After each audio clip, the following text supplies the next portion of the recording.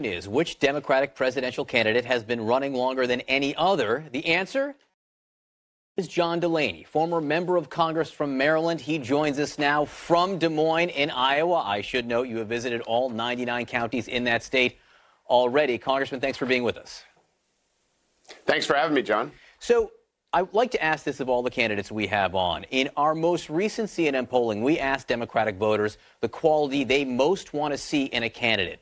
And number one on that list, a good chance to beat President Trump. So why are you, in your mind, the best Democratic candidate to beat President Trump?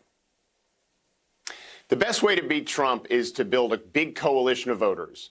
So we need a candidate like myself who can get progressives, moderates, independents, and disaffected Republicans all on the same page around a common set of goals and around a common vision, around this notion that we should be more unified and actually start solving problems.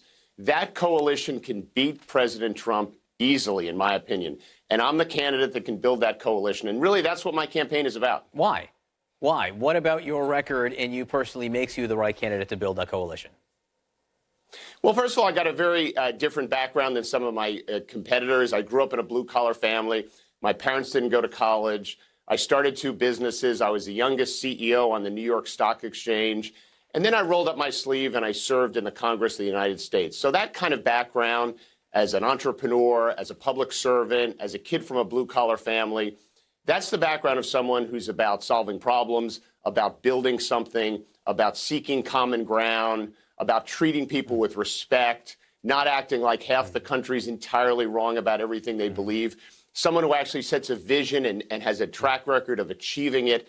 Those are the kind of attributes, I believe, that the American people are so desperately looking for, in contrast to the current president, who's not honest with them, is not getting things done, and just doesn't have those kind of qualities that the American people are looking. So if we put forth a candidate that can build the kind of coalition I'm talking about, I think we'll not only win all these elections, but we'll be able to govern, which is as important. Question for you today is, can a Democratic socialist build that kind of coalition? And I'm asking you because Senator Sanders from Vermont has jumped in the race, his second run for the presidency. Your reaction to that announcement yesterday was, the primary is going to be a choice between socialism and a more just form of capitalism.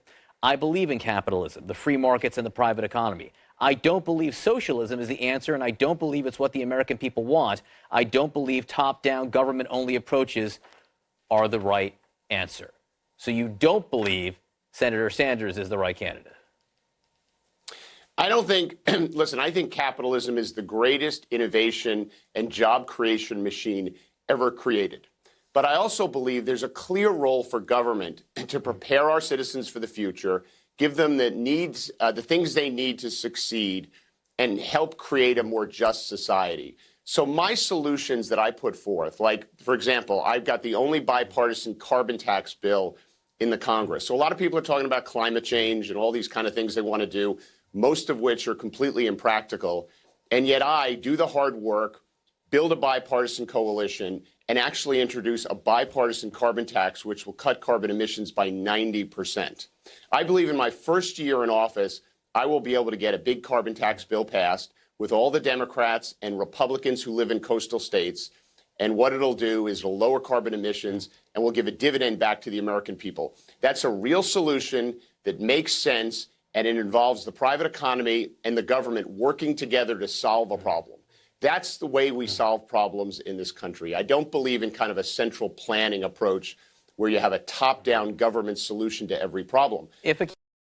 The government should set the incentives. If a candidate like Senator Sanders or another candidate who supports what you consider to be socialistic ideas gets the nomination, would you support them in the fight against Donald Trump?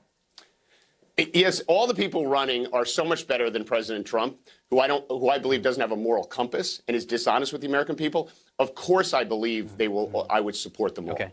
But look, if we want to win, if we want to beat Trump, we should not put up a candidate who embraces socialism. That's not what the American people want. I mean, if you were doing what I'm doing, going around Iowa, been to all 99 counties, been to towns like Perry, Iowa, where I was yesterday, and if you talk to people, they want solutions. What counts? Right? They want us to find common ground. My question is, what then counts as socialism here? Does Medicare for all, in your mind, count as a type of socialism? And I ask you in particular because you have vast experience in the healthcare industry and working with companies on healthcare, and you support a plan that's not Medicare for all, but would provide a guaranteed universal coverage, correct? Yes, that's right.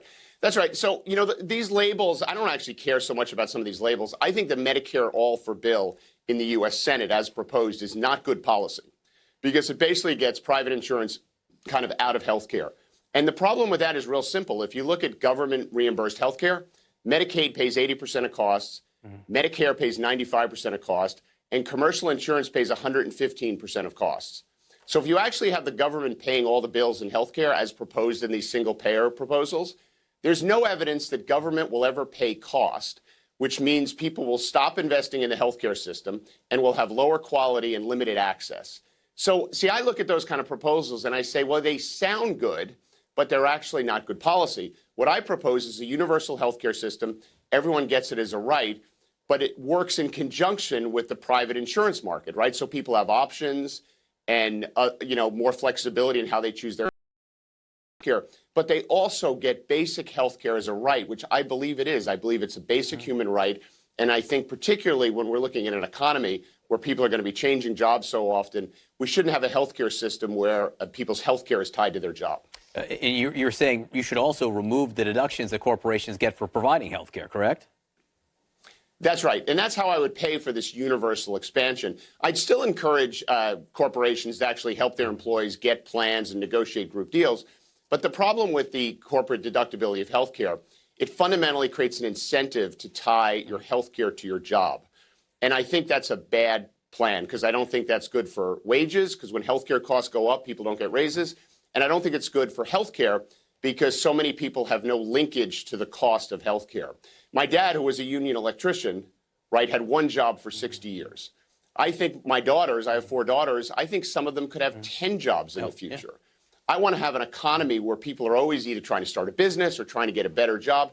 And I don't want them to think about their health care when they're making that decision. Former Congressman John Delaney, candidate for president, please come back and continue this discussion again soon.